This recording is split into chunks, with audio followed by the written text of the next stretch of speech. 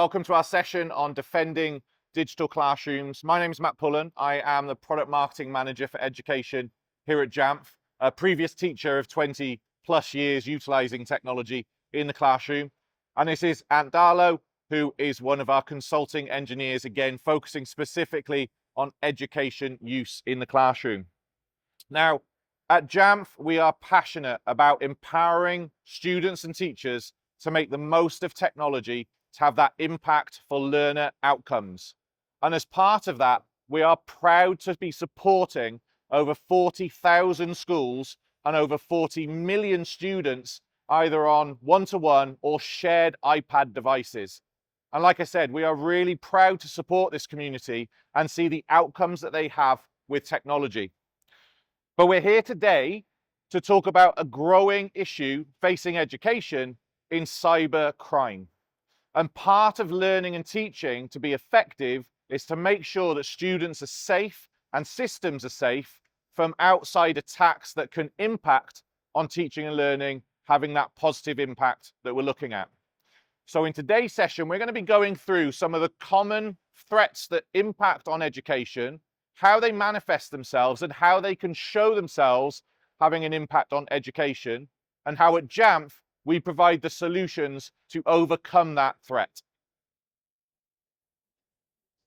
Okay, so let's start with phishing. So a lot of these terms we've all heard of before, and we're just going to make sure that we're all on a sort of like level playing field and we've kind of got a good understanding of what these might mean. So like I say, let's start with phishing. Now, in the terms of what we're thinking about in education, it's typically an attack or a way that somebody tries to get details from you by looking like something legitimate, right? So the idea is that I get some credentials from you and then I can use those credentials to maybe get into other systems and that kind of good stuff. But they really mimic something that is already, that you're already familiar with. That's the idea that they're trying to get around here, right? It's not to look like something different. The idea is it's supposed to look like something that you already have, that you're used to. And it's to get that sensitive data. And it's just really to look like they're a trusted entity when really they're not. So in terms of education, why is this something that's critical? Well, one, recent research has shown that each student in education is valued at around $250 per device, or per personal information, I should say. So that's a critical thing for cyber criminals to go after, because data equals money. Another thing is thinking about why students would be impacted by those things. The more that students are utilizing technology, they're more liable to need password resets or these things, which can be that prompt input to a phishing attack to happen in schools. Cool. So next we'll look at malware. That's probably a really familiar one as well with a lot of us. So in the context, like I said, of education again, it's that malicious code that's kind of like added to software in order to kind of compromise systems. Again, it's all about trying to get access to not just maybe that one person, but the greater system of your school. You know, maybe it's like an SIS system or where all that kind of sensitive data is. But it's all about trying to compromise those systems, and it comes in multitude of different ways, right? So some of the ways that you could think of a malware is a virus. So like I say, that is something that attaches malicious code to something that's legitimate. Again, you've perhaps got something like a Trojan, which is a similar sort of thing, but maybe rather than just trying to cause damage like a virus would, the really intention with a Trojan is to get into your systems, start to build sort of a relationship with other systems that you have, and really start to cause problems and infiltrate that data.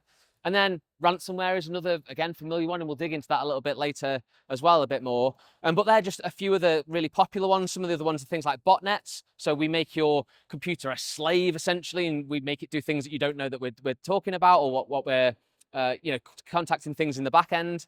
Adware is another one. You know, we've all seen adware when you've installed something, all of a sudden all the pop-ups come up and all that kind of good stuff.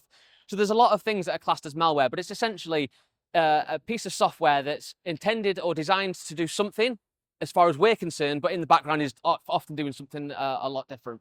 And this is where the danger falls for education users, is that educators are trying to find new solutions for their classroom and downloading new applications, etc. And sometimes those applications may contain malware, and that malware then disrupts the service of the school. So yes, it can delay the response time of students being able to access devices, even to the point of closing down school systems completely, where there are data breaches that then have to be dealt with and IT systems get overrun. So that impact on continuity of learning directly being impacted by just downloading a piece of software that has malware part of it. Okay, so like I said, we talk about ransomware on its own anyway, so that's what we're going to go and do next. So essentially, ransomware is a bit of software that lands on your device, encrypts the disk, and then says, hey, if you want the encryption key, give me some money. The problem with that, of course, is you might decide you're going to give that person that money, and they still might not give you the encryption key. Okay, so it's kind of one of those things where you really want to protect against this. You really don't want this to be a thing. Often it's done via a malicious link. So maybe you've had an email, you click on the link, next thing you know, all of your stuff is encrypted. You can't get access to it unless you hand over a lot of money. The biggest issue here that we see is that cost to education. It's cost in terms of the financial implications of potentially having to pay the ransom to get back your data, but equally the cost to reputation of the school, because it usually leads to school systems having to close down. And like we said, if children can't utilize the school system, you have that direct impact on parents and the wider community that have that reflection on you as not maybe a safe place to go for their children. So that reputation being a huge impact for education institutions. And then finally, we have cryptojacking. So this is perhaps more of a newer thing, but the idea here is that it refers to, a malicious source, a malicious actor using your computer for their benefit, right? Without you knowing about it. So they want to get all of their crypto mining done. They can't afford all the big computers to get this done. So they'll put something on your computer and use your resources. Now that causes problems for you because it's going to do things like make your machine sluggish and you're not really going to know why. So it's going to up your resource cost in terms of IT support because you're going to be like, what is wrong with this device? But not only that, it really does utilize CPU a lot, which means it's probably going to cost you a lot in energy bills as well. And they're the big impacts again on education. So in the classroom, what teachers don't want is for there to be a slowdown in how they're trying to do things. That sluggish performance impacts on teachers having faith in the devices and students getting the most out of those devices. So it all happens behind the scenes. You don't necessarily know that something is happening, but as a result, you just can't use the devices that you've invested in. So a huge impact there. Now, the ways around this is the awareness, making sure that these things get reported, because the impact here again is on that wider reputation for the school system and the things that schools are trying to do with their digital tools. So we do have some other terminology. There's so much going on in the cyber world at the moment. So things like having unpatched software and vulnerabilities, making sure your devices are kept up to date is absolutely critical. Identity theft, which we'll talk about a little bit later, and social engineering, which is a critical thing that I'm sure you have all experienced in your time at using anything digital. To that extent, we'll play a bit of a silent game here. Which one of these, A or B, do you think is the legitimate reset, and which one is actually a type of phishing attack or socially engineered attack? It's pretty hard to tell the difference, and the nuances are really subtle. And this is something that you have to try to start to teach educators, because from a student point of view, this looks like something I might get.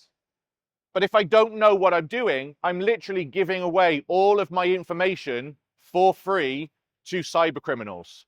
Now, just to let you know, B is the artificial one, which has been created as a phishing attack, but it's very, very similar. The nuances between them are really subtle these days, so it's so easy to get tricked. And to that end, these attacks are becoming more sophisticated, not just in the way that they look. I mean, I work in IT, we all work in IT in some shape or form, that's why we're here. But I find it difficult sometimes to figure out, is this a legitimate link? Is this a phishing site and all that kind of stuff, right? But in some cases, and in a lot of cases, we're expecting our students to have to do this as well. So these attacks are getting really sophisticated, they're harder to find, and they're chained together a lot of the time as well. So it isn't just one thing that gets delivered to your machine that does, a nasty thing.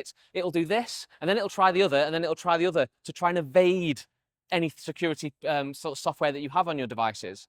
So let's take an example of what might happen in a school situation if the person that was using this machine was completely illiterate to security. I appreciate that, right? Most people have got a little bit of an idea, but let's see what would happen.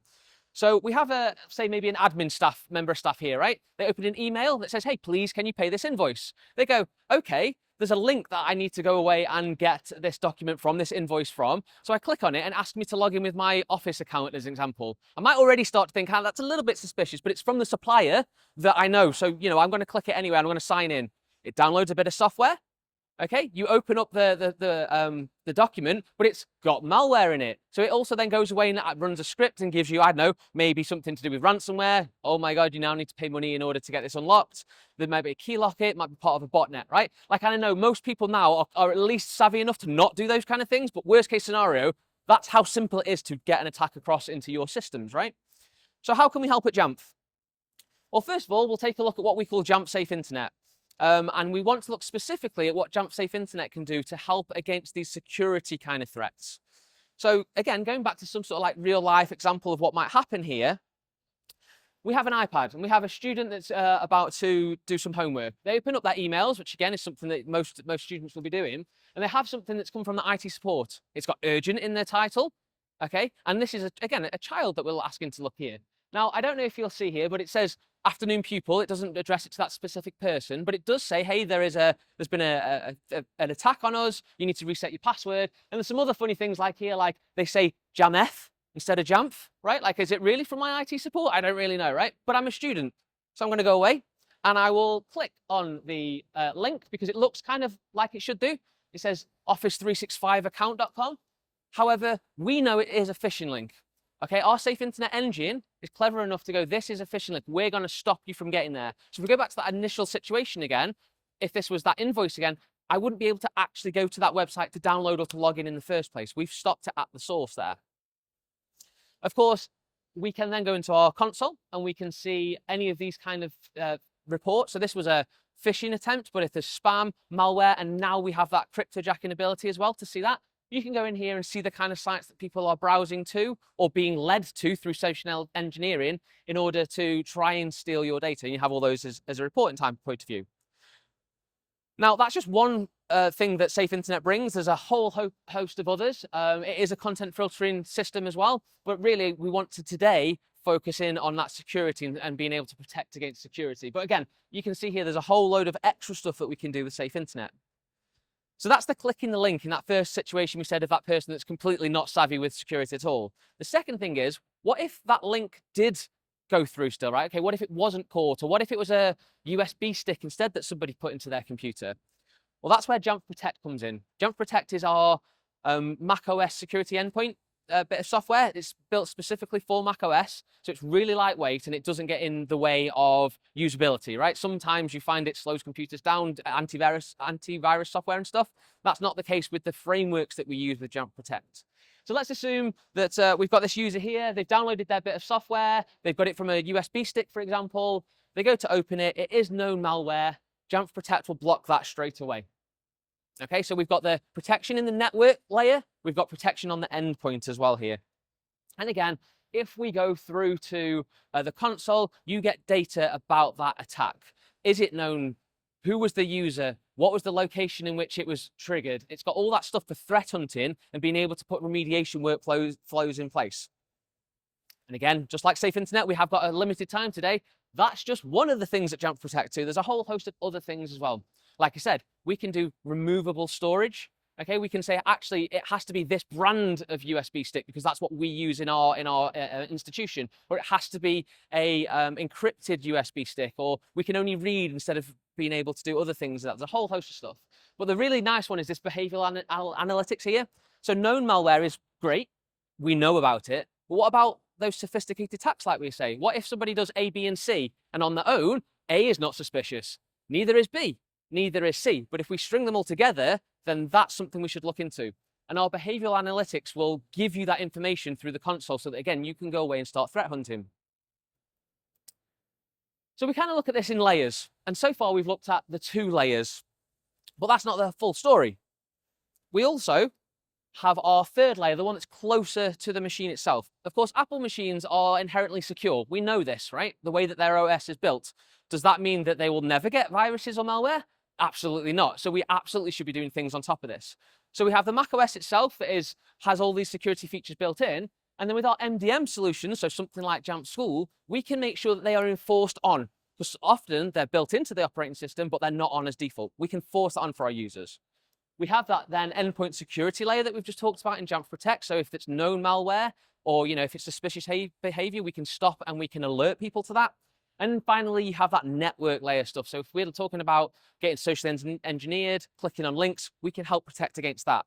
Now, I like to see this quite clearly like something else that we do on a day-to-day basis. I live in a house. It comes with built-in security, i.e. it's got doors and windows. But if I don't lock those doors and windows, then there's not much good that somebody can just walk in, right? So I lock the doors, and that's kind of like our MDM. Apple, the macOS has stuff built in. We lock the doors with the MDM. We enforce the stuff. Next thing we probably do is perhaps put Ring doorbells, alarm systems, etc. like that, so that we can be alerted if somebody comes and knocks on our door or acts suspicious. That's like our Jamf Protect, our endpoint security. And then finally, we probably have that boundary, that fence, that wall, that hedge, or whatever, to stop people from just wandering in and doing what they want, right? That's kind of how we kind of think about security here at Jamf. It's that layered approach. Not one thing on its own is good enough. We need everything to give that really solid and hardened approach to not just macOS, but iOS as well. So at Jamf, we are passionate, like we said, about ensuring that students can succeed with the use of technology. And we've seen that cyber attacks are an issue that can interrupt that learning. So we're really, really keen to make sure that both our management and security solutions offer a single solution to make sure that learning as intended can take place. Now, we're going to continue to work on these products to make this the best solution for educators using Apple devices in any scenario. We also have some great resources. Please do feel free to scan the QR code to download the Cyber Essentials resource to support you. And you can find us on stand NH41 in the North Hall to come and speak to us about any of our solutions and how they can help you going forward as well. So thank you very much for taking part in the session today. And we look forward to engaging in conversation with you all throughout the rest of BET.